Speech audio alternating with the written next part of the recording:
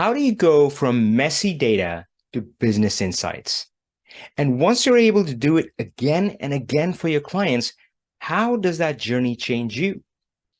You'll really enjoy this episode where I speak with Raul Jimenez, member of our Power BI consultant program. And we speak about messy data, embracing imperfection, and creating a life of freedom. This is part one of our series, Journey of a Power BI Pro. To learn more about creating your own path to freedom, please visit learnpowerbi.com/pro. Link is also in the show notes, and you will also find the link to connect with Raul Jimenez. Enjoy and power on. Welcome to the Power On Show, where we talk Power BI and beyond, sometimes way beyond. But our goal is always to help you create a successful Power BI career and a life of freedom. I'm your host, Avi Singh.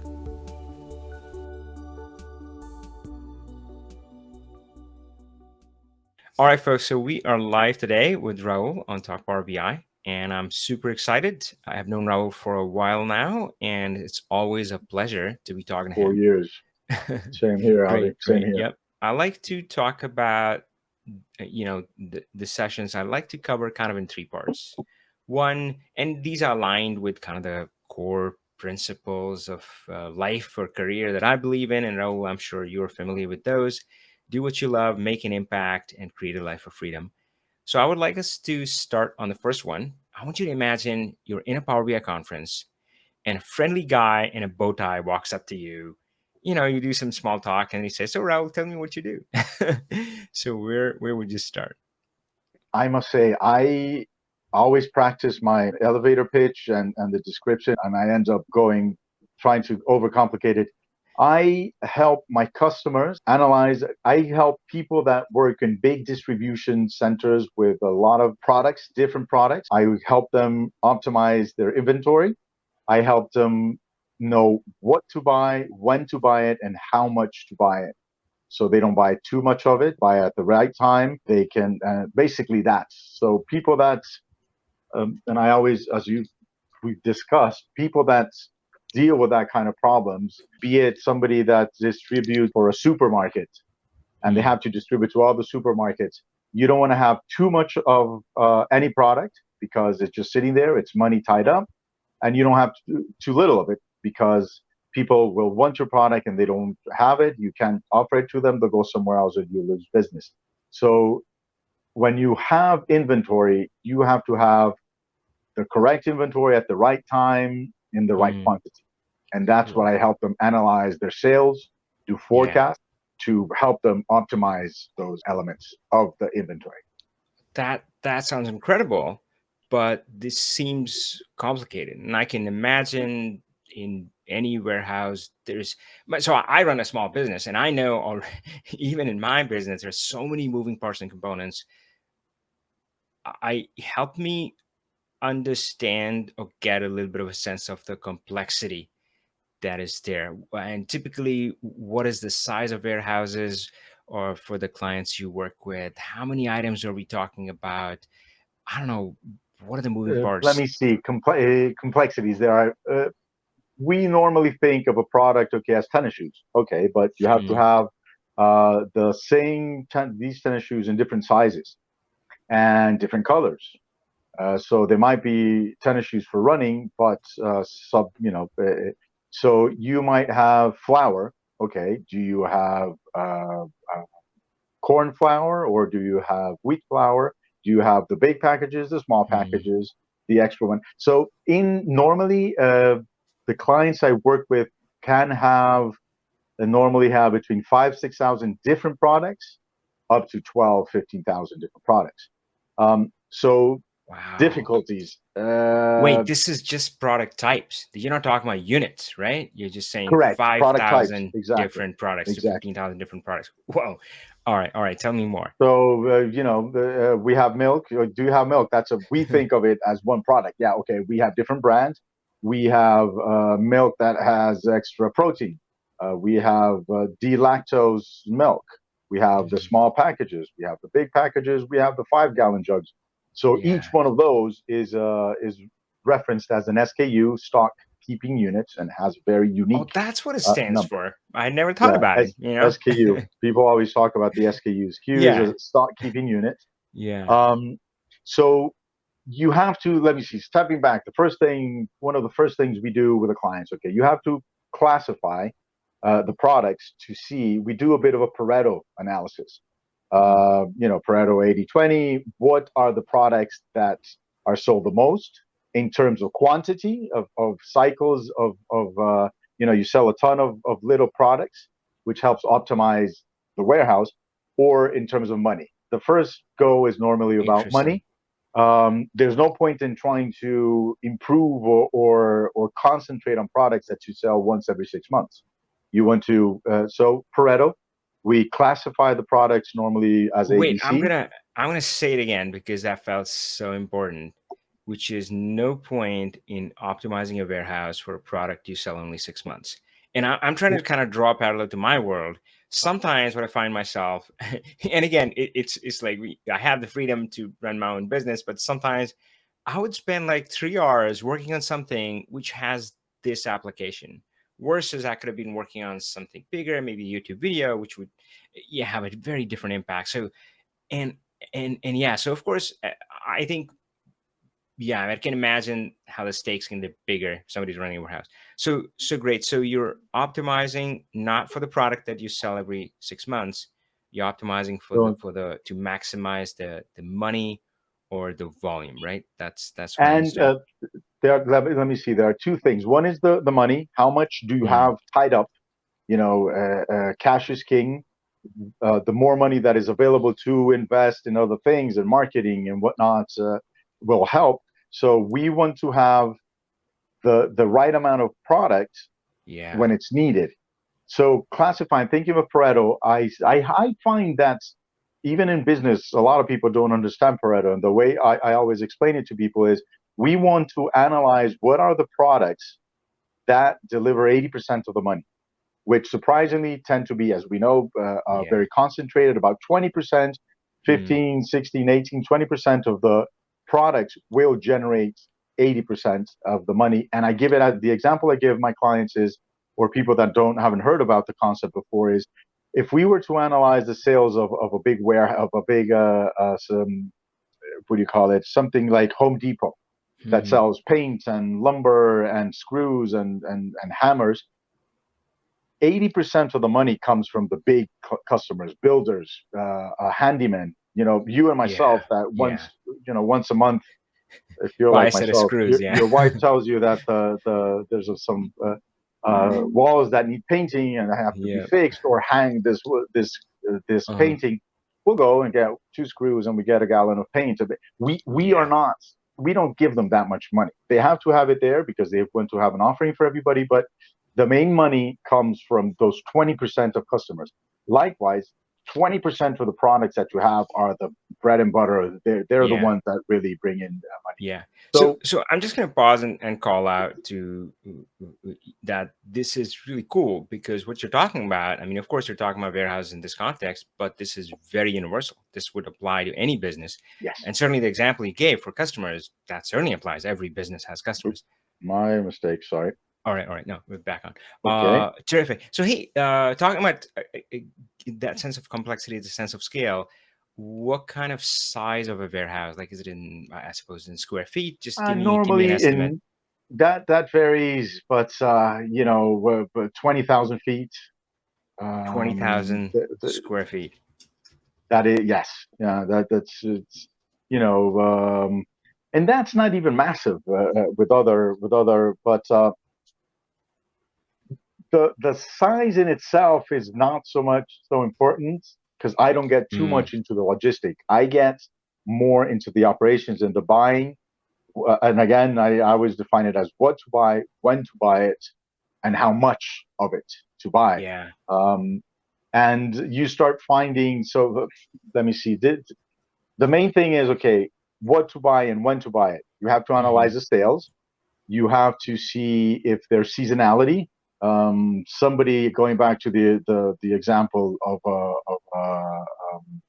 Home Depot, they during the summer the sales skyrocket. because everybody's working and most of the construction happens then. So, if is there seasonality? I have worked with a customer that does works in products related to agriculture. So, Hmm. again, during the summer, there's a big spike of certain things. Interestingly enough, once you start working with certain type of customers, you learn little nuances of their business. In agriculture, in January, February, there are certain, I'm drawing a blank right now, but I don't remember exactly which one, but I think it's fungicides Hmm. or that they have to apply in January and February, preparing for June. Okay. So analyzing sales about with the seasonality, okay, so you can expect a peak Hmm. when something is coming. You know you have to sell that stock during that season because if not, it's going to be sitting for literally a year. There are certain things that are so specialized that they sell in, I don't know, give it 2 months. The rest of the year they sell very little. I don't know, fireworks. In each country, Hmm. I'm sure there are certain times around Hmm. the year when they sell.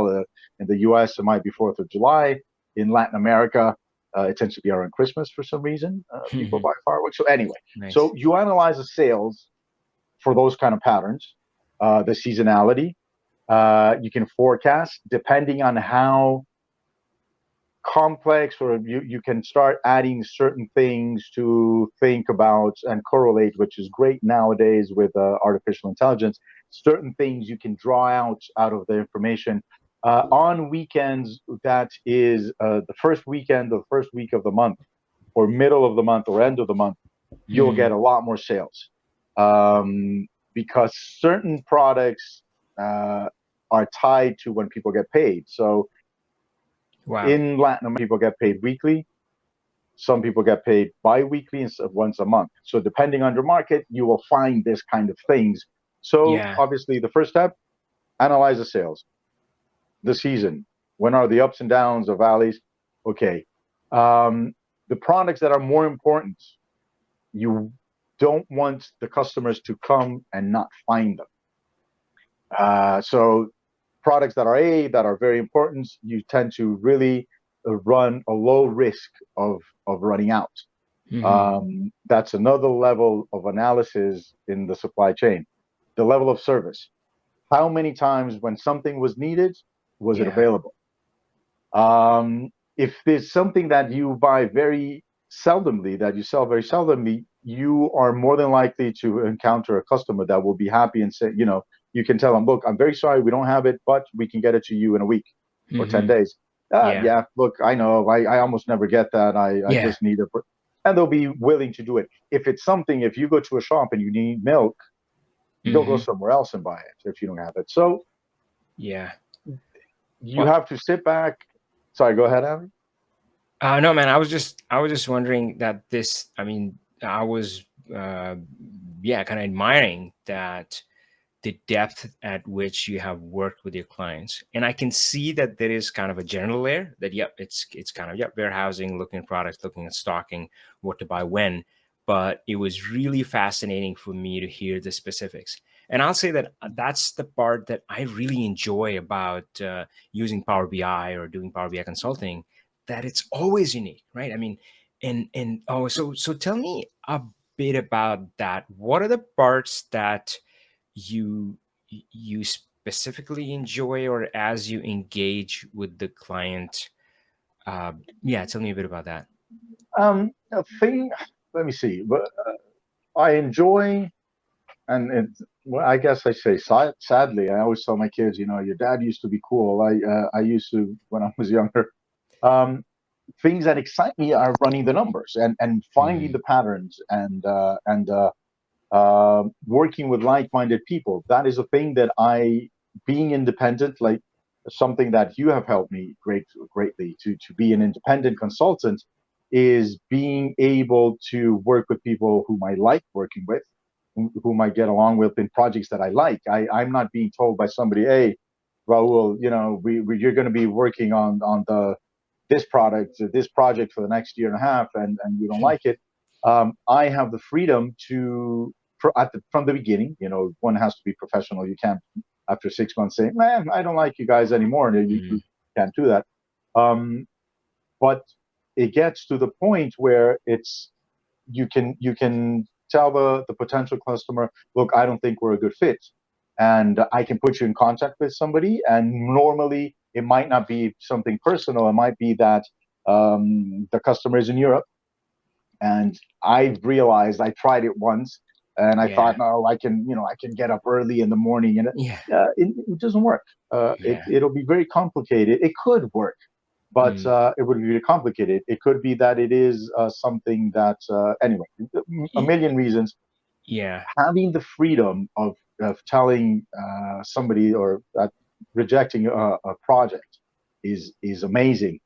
I work with my customers closely. There's Hmm. no, something that I also learned from you and from the program, working in an agile manner, trying to do small increments, test things, test them out with the customer. Yeah. Um, so because of that, I work with them in very closely. I speak with my customers almost daily, um, and it's you develop friendships from that. Yeah. Funny enough, for example, as an example, Absolutely. this morning I was working with a customer that has since become a friend. We've been working together for almost 2 years, and he saw me that I was wearing a collar shirt, and he was joking, said, "Oh, hey, did your wife dress you up? Do you have an interview?" Mm. Because we've gotten used to, it's not like I show up without a shirt, but we normally have t-shirts and Hmm. whatnot. And we were joking, and I told him he is part of the program as well. And we were joking about it. He knew it was out, but Yeah. um, that type of freedom is great. I enjoy running numbers. I enjoy developing the formulas. I enjoy creating reports that really help them Yeah. in simple, silly things that we always knew as a manager Hmm. that it would be great if we could do this type of analysis, but we simply didn't have the time. Being able to create the Yeah. tools for them for that is amazing. As a quick example, a customer told me about 2 years ago, they mentioned to me that they noticed a dip in sales in X line of product Hmm. with the report that I had made for them. Fortunately, they were able to do a root cause. They found out there was one particular customer that always used to buy that had stopped buying it. They set up a meeting to go and talk to them to find out what had happened. They thought maybe they had lost the business to somebody else or something like that. When they went to this customer, the customer hadn't realized that he himself had Wow. lost the business. When they were at the meeting, they said, "Oh, why aren't you buying? Like what happened? Product ABC." He said, "What do you mean? It's like you have bought $100,000 less than last year." Yeah. The typical. Hold on a second, guys. Yeah. Hey, assistant, can you get me the numbers for this? And sure enough, he hadn't realized that. So Wow. um, things Man, like that are that is very that is incredible, Raul.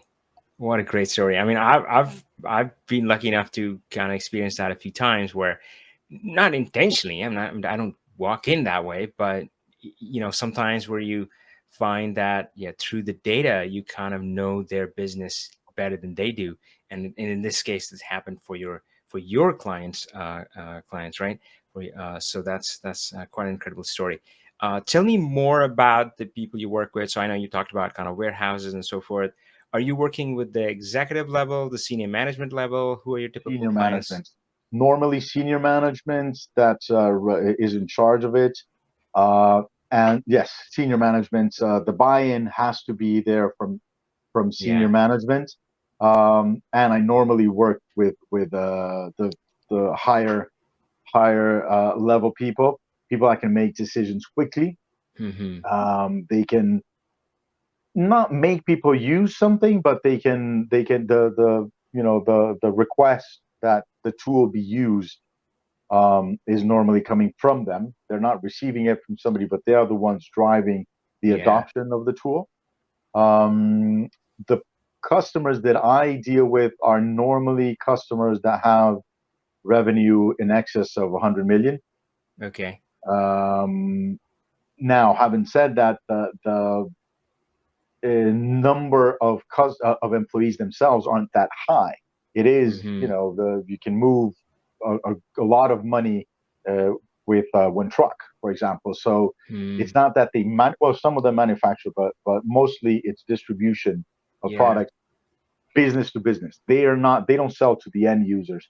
I was mentioning, I understand the concepts and I've studied them with doing, for example, supermarkets. I don't work with perishable goods, things, or normally don't, things that can go bad, All right. Because that adds a whole other level of complexity, right? complexity. And in there, the operations part of it is Hmm. extremely important. I don't. I usually don't deal with that Yeah. type of customer. But man, I'm loving every word you're saying, and so you were talking about kind of choosing the kind of work that you do, choosing the kind of clients you work with, and you talked about kind of saying no to them. And of course, the line that was coming to me was when when you say no to something, you're saying yes to something else, and that's what I try to remember. That it's not really a no. Well, I'm saying yes to things that are important to me. I'm saying yes to places where I feel I can make a bigger contribution, right? So yeah, that's Mhm. where the no is coming from, not like a hard place like, oh, I don't like you, right? So yeah, Exactly, that's exactly. that's incredible. So I was really wondering about this industry. So um I have a very consumer centric view of this, which is I shop on Amazon, right? But what the sense that I get from Amazon is, of course, Amazon is a marketplace, and then there are sellers there and so forth. I never really thought about the distributors and stuff, but it seems like the margins are low. So what I'm thinking is that, is this like a really cutthroat industry? Like margins are really low, and if they don't get it right, how much is the risk of, like, if you're not stocking the right products and you're hemorrhaging money, or no? I mean, they do have some buffer, and it's like, yeah, it's okay. We can afford to lose a little money here and there if we didn't have the right product or something like that. Yeah, tell me, what is the industry like? What is that landscape like? The the two main customers I have, no, sell products that are not perishable. Hmm. Not perishable in the sense of they can go bad, for example, fruits or food, or perishable, for example, clothes. Clothes, it Got it. might be a Gotcha. shirt, but especially the things that are very connected to a season, Yeah. that can also be considered perishable. From their point of view, no, Hmm. margins are not that cutthroat, but Okay, it that's is good. obviously important to Yeah. to analyze where are your margins being eroded. Even though I concentrate on the inventory part of things, of buying thing again, what to buy, when to Yeah. buy, how much to keep of it, but also analyzing sales, analyzing margins. Where Yeah. are the margins getting eroded, or are they getting bumped? Is it, Yeah. and is it because of the price changes? Is it because of volume? Is it because of the mix? You're selling new Yeah. stuff, different things. So, So so that actually, let me, sorry to cut you in, but we've heard so much from you about the value you deliver. I would love to hear maybe like a before and after. So tell me, like, when you engage, where are they? And sometimes, we talk in our group internally, and we talk about how sometimes you walk into these really big companies, and oh my god, it's just it's yeah, it's just a house of cards. There's no data, or data is locked away somewhere. There's very little, no reporting. let But me yeah, so see tell me, what is the before and after? Like, what's the two state you examples. typically find them in, and then as you work with them, yeah, what contrast that for me. I'll give you two examples, three examples, but two about dead inventory, which is things that are not selling, that are just Hmm. simply there, Yeah. and one about the analysis and time spent and wasted money. One of the key reasons why I became, or not became, but concentrated on data analysis. I've done data analysis all my life. I was a structural engineer originally, but Hmm. I used to manage big teams and resources. For about 10 years, I did a lot of construction for very big projects. So that inventory came into play, like I did different projects. What to buy? Concrete can, if it's in the tropics, can, because of the humidity, if you buy too much of it, it can go off simply Hmm. from the air or humidity. So um, I've always the reason one of the main reasons I concentrated 100% on data analysis was I had an interaction with a very, very big, massive company, and I was helping them to automate one report, a report that they would produce every Friday. On Monday, they would get a ton of information from of several, about 8 or 7 companies in the group. They would get a data dump, and somebody had to spend 3 or 4 days cleaning it up because it was in Word, Excel, PowerPoint, a napkin with some things jotted onto it. Yeah. And this person permanently, this junior data analyst, basically what they were doing was just getting information and putting it together. And Friday they would issue a report for the C-suite Hmm. with three Yeah. graphs and four Yeah. I'm tables. only laughing because I feel like I've been that guy. Exactly. We all were, because it was, and now this is a company I was spending. Somebody was spending about 70-80% of their time. Somebody that was probably making, I don't know, a good bit of money. Let's say, it doesn't matter how much they were making doing this. We automated it with Power Query because the format of the tables was always the same, with the same rules.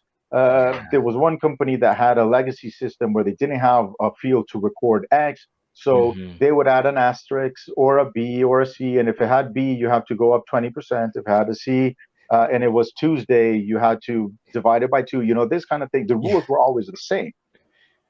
We automated it, and people never believe me. That's a problem I have with my customers when I'm telling them we automated it to an hour, Yeah. because it was literally. So so not to spend too much time on it, but that literally was for me. It was a Totally. I spoke to my wife and I told her I was thinking of concentrating on it, and that's why I did Oh, this that, one that's particular thing. that's beautiful. I'll just say that what you said about the challenge about people not believing you, that's a real thing. I mean, sometimes the results are so good that, yeah, people who are still living People in that can't old believe it. world, yeah, exactly, who are still stuck in that thing and kind of doing it manually, it's like, well, no, no. Surely now. Yeah, yeah, I'm Yeah, sure you I next can't believe. next and yeah, Raul, next you're gonna try to sell me a bridge, are you, right? Exactly. Today I heard a very good saying. I was watching a bit, studying a bit, and a guy said, and I think it's an African saying. He was saying, when people have been bitten by a snake, they become afraid of ropes. Meaning, Ooh, we've been, interesting. sold smoke and Yeah. made promises that never came through, Yep. especially with something so truly sounds crazy. So this is a real case, and when when we had the report, and the person that was doing it, an extremely intelligent, talented young industrial engineer, this a girl, she came on Monday by lunch and told me, "Hey, it's done." I said, "Okay, Yeah. coming over. Let's do some checks just to double check." We sent it over on Monday. On Tuesday, they called me from the head office saying, "Look, this is great. You don't have to send us progress reports." And I said, "No, this is it." Silence. 3 days later, they called me because they had to go and do it by hand. They said it's right. They said, and Yeah. that of course, if I send you something, it's because it's right. That's one. Beautiful. Two, and that I have found, and these are projects that I did a good while ago with some companies. Analyzing debt stock is what is selling. Normally, we concentrate on what is selling, what is giving us money. This is great. The margins are up. The Mm. sales have increased, but we forget about certain things that have been left behind. It One can call it dusty inventory, because it's Okay. just they're gathering dust. Yeah. Um, and with certain companies, uh, we found they had Wow. millions of dollars of things that hadn't sold in 2 3 years, which one can do, either try to sell it or you can write it off the books immediately. Hmm. In terms of accounting, there are rules for that, but you can write that off as a loss, Yeah. unless they have been writing it off the books, like depreciation. But that can bump the cash flow because it's seen as a loss. It's a cost anyway, etc. But just the fact of having something that was millions of dollars in a warehouse, that stuff Hmm. normally has to be moved to make space, and you have to end up moving it 2 or 3 times, with the cost of doing it 2 or 3 times, the cost of insurance. So I've had two experiences where they had millions of dollars Wow. of that inventory. Another program they had, their ERP. Had the logic that the ERP would follow if something was dead was, has it sold in the last 3 months, 12 months? Are there any sales recorded? No. And it would put the product in the list. But as soon as it sold one, you had 10,000. You sold one, Mm, it would take it yeah. off. So they had a false um, picture of Hmm. their what was happening. Um, and the same thing. In the end, they had millions of products that needed to be moved off the warehouse, off of their offering. Yeah. Um, so that can be done very quickly. The initial, the low hanging fruit Yeah. is normally that, and that provides a very quick uh, um, value and for them, okay, let's get rid of this stuff. We can get it off the books, get it off the warehouse, and make space for good things that are selling. Yeah, man, beautiful stories. Love that. The thought that's coming to me is that we always talk about I have to deal with like resistance to change. Like Power BI is amazing, and I think most people realize that, but there's often a resistance to change, a resistance to accepting Power BI, and I think some of that fear comes from a sometimes people are embarrassed to admit even to themselves that they don't have awareness of their own business, right? They don't have that insight, so they're embarrassed about that. And secondly, they're afraid to look in. So like, oh, I don't know, but I'm afraid to shine that torch because I don't know what it's going to show. Um, Yes. yeah, What but you but don't know won't hurt you, and which it can't be. It shouldn't be in business. it rarely works in But business, it's right? true. It's Yeah, like, oh, yeah, I better. I don't want to yeah. So do. so yeah, so I think it just, and it's just kind of that small step, just start. I always feel like walking in with Power BI is like walking in with a torchlight in a dark room. Yeah, it's going to eliminate stuff, and yep, you're going to find some cobwebs maybe, but hey, that's where the work starts, and you go in the agile, iterative fashion It'll from there. float issues to the top, and things that Mhm. I have found that have happened to me in smaller projects normally that I've worked with throughout the years. Um, we find issues with the data keeping. What do I mean? They started they were supposed to be gathering X information about the sales and they weren't, but nobody had realized because it wasn't being analyzed. And as soon as you're like, hey, none of these fields are have information in them, Yeah. or they've been recording things wrong. Oh, I Mm. thought that we were recording the sale with taxes in here. Oh no, should have been without taxes. Now our sales aren't as big as we. Mm. So yes, it does shine a torch and it boils issues to Yeah. the top. Love it. Love it. Great. All right. Well, let's switch gears a bit. And well, you and I both left the conventional 9 to 5 behind. What does it mean for you? What's the relevance of not just what you do, we have talked about that, but how you do it, right? I mean, so you're an independent consultant. What is that? Why is that important for you? Why is it relevant? And how does that reflect in your life right now? What's different that you can do now versus you can do earlier? It's yeah, it's night and day. It truly is night and day. Why? The freedom of working. I normally try to start work early. I have Mm. small children, so we get up early with the kids, take them to school. I have the freedom of doing, if I need to do something, do it whenever. Obviously, the work has to be done, and that's the beauty of it. I can do it late at night. I can do it early in the morning. Yeah. I haven't missed kids' activities in the last 5 years. I've gone to every crazy long, children's play that you're kind of hoping it'll fit. No, just kidding. I love my kids. No, but I've been able to go to all their football games, to all their plays, to the Christmas thing. I've been able to go on walks we go on walks with my wife 3 times a day, and we can just go for no, give me 10 minutes and we'll go for a walk. As you know, I live in the tropics, and so we take short trips throughout the year. We can do that. Let's tack a Friday, a Monday, and a Tuesday, and we go somewhere. I can still work if need be, and I can work from wherever. I can work from the beach. I can work from a mountain. Um, my wife is American, so go several times a year to visit family and friends over there, and I just my computer. I've gotten how do you say it? I've gotten spoiled in having two monitors, so I got a monitor that can hook up to my laptop and just work from wherever. As long as I have internet, I can work and work normally. So last year we were in the U.S. for, I think, once we were there for 5, 6 weeks, 4 weeks, and I continued to work normally without any break, any issue. I think the main thing is that the freedom of working on what I want Yeah. when I want it. There's the part that we've discussed it. The work has to be done, so sometimes you end up working a lot, but you really enjoy it, and you Yeah. make Go ahead. no.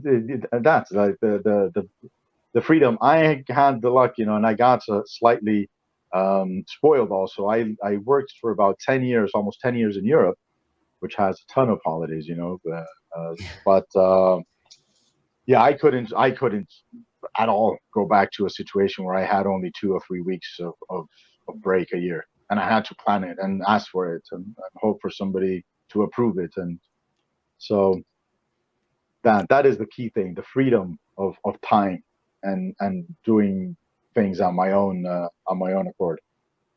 Love that, man. That's beautiful.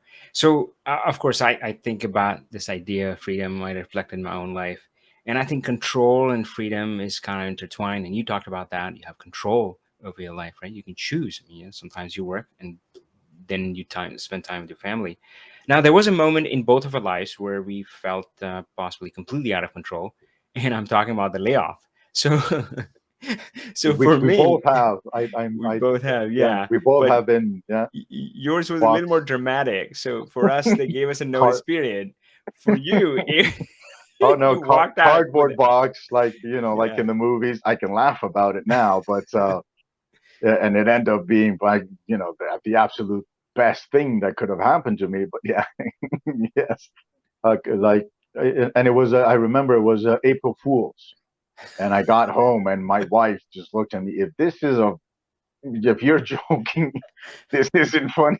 No, honey, sorry. Unfortunately, no, I'm not joking. Um, Again, yeah, I can laugh about it now. It's not something that being laid off is not something that I take lightly.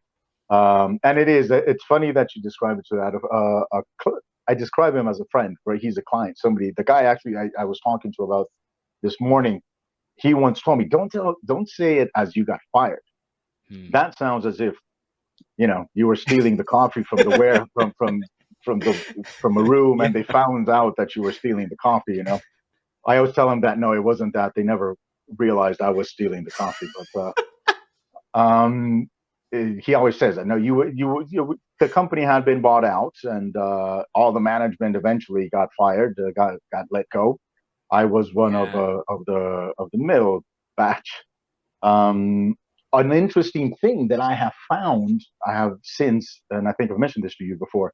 Um, I am very open about it, and I mention it and I talk about it often. And a lot of friends and a lot of close people have told me, you know what, I was also let go like that, and it wasn't my fault, but I yeah, just feel bad about it, and I'm embarrassed. And yeah, I think, depending on why you were let go, again, it wasn't something that I was doing wrong, or I wasn't doing my work, my job, and how you react to it, and if you make the most of it and take it as an opportunity to improve, is very, very important. And sorry, yeah, you were saying, Avi. So the experience we had with the layoffs, and we were out of control. Yes, absolutely, absolutely. yeah, man. Man, this is definitely bringing up memories for me, and what I'm thinking of is that all these bloody euphemisms, right? These soft terms that they use. Oh, layoffs and redundancies. Man, I really think we need a harder word. We need a stronger word. And the word that's coming up for me is slaughter, because that's what it felt like. Man, I mean, and yeah, you're right. I mean, we can laugh about it now. And yes, I mean, in the big picture, I say the same thing. I say that's the best thing that happened to me, right? But man, I remember how brutal it felt at that time. And yeah, yeah, I we have made a vow to each other, right? We're never gonna go back to that. Now, of course, the funny thing is that that's about not being in control, and you can end up the same way even while running your business. But again, right? So it's how you do it, not what you do, and we are, uh, yeah, we're gonna be focused on that. So that's great. Uh, cool. I have another question for you, but if you wanted to add something else. No, no, no. Go ahead. All right. Well, so yeah, this is the wrap up question that I love asking, which is, so I have seen you progress on this journey, and it's amazing to hear about the impact you're having in this conversation. And of course, I've seen you present at our conference and so forth. I've heard from your clients, so that's truly incredible. But I imagine you started where there might have been some fear, some anxiety, some doubts, and of course, when I talk to somebody who's starting on this journey, there's like doubt about their skill. Am I good enough? Do I know enough Power BI?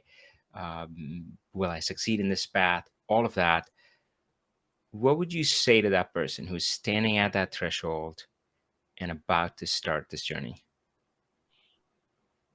Uh, Let me see. In general, trying to think of, let me see, trying to encompass as many possible people that the situation would mean is, don't think too much about it. Go for it. Now, I'm not saying quit your job and put a sign, hey, I can do reports, or but start working. Obviously, if it's not against your company's policy, I don't know why I'm giving so many caveats, but Yeah, you sound like don't, HR now. like, exactly, like, well, no, don't think twice about it. If you are thinking about it, if you are worried about it, it means you have studied and you are a conscientious person that would do it. How do I mean? What am I do I mean by that? I find that my wife, I find that women, mothers, get super Mm, worried. Am I a good mother? Am I doing a good job? And my wife tends to worry about it. I think it's spectacular. She does an amazing job raising yeah. the three of us. But she, the fact that you're thinking about it, that you're worried about it, to me tells you that you're a great mother. Mm, Somebody that isn't a great mother isn't worried. yeah. It's she would.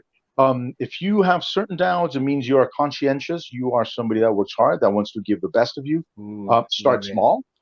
Start Yeah. small. Don't take on board a massive project for a company that has hundreds of employees and is going to need reports for 100 people. But start Yeah. doing it. Talk to friends. Talk inside your own company where you work. um, Raise your hand. Having been in management, I know how frustrating it is to be opening up opportunities for growth, for learning, and people don't take them. I don't Mm, know. Find a partner, find a group that can support you, mhm. and start. Start small, but start. You will not develop your skills and get better by doing clean projects, pre-canned fictitious projects. Uh, Jumping on board and having to work with things where people type in wrong information and things like that, you'll learn quickly, Yeah. and you'll get there. Oh, love it. That's beautiful.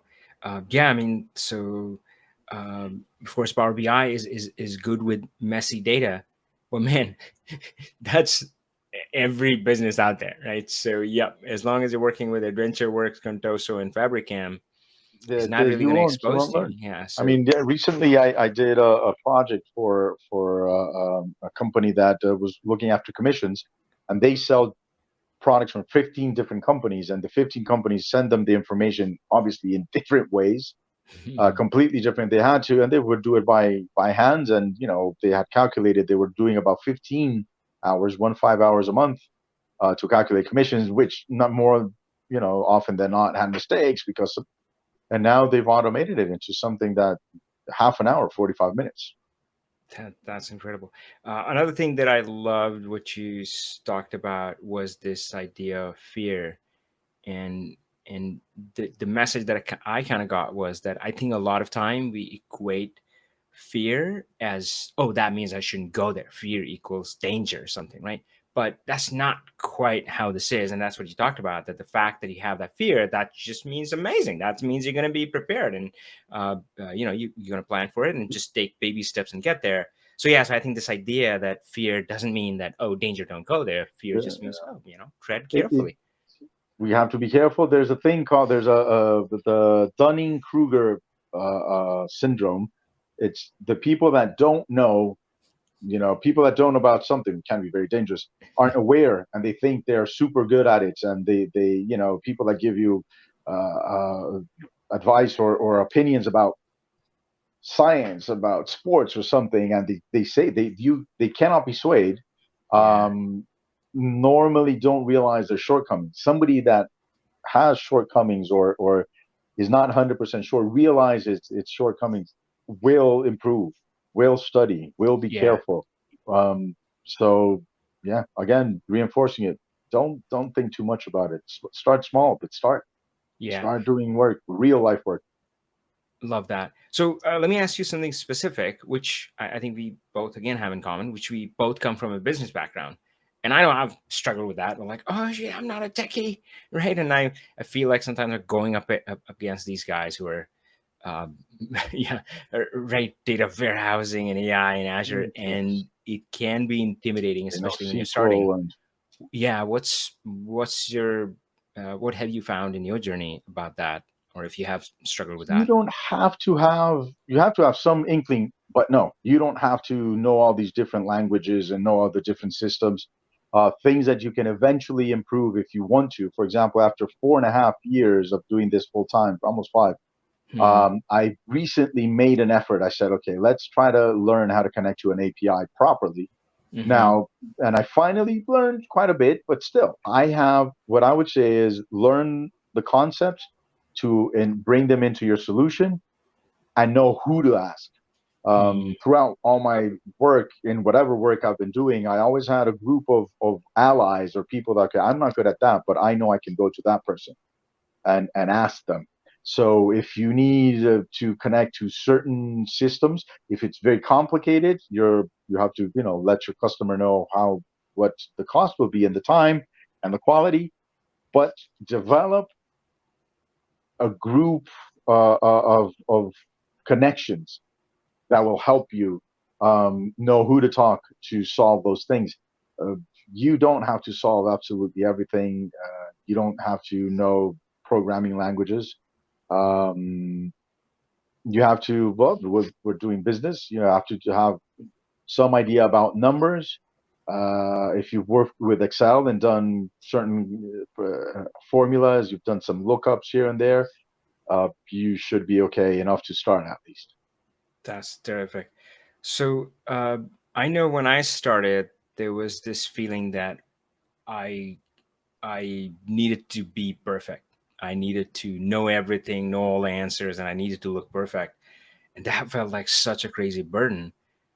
But what I've found is that that's not required for the work that we do. And often it's been okay to be vulnerable and be upfront with the client and say, hey, I don't know this. And a lot of times I've had opportunities where I really kind of grew with the client.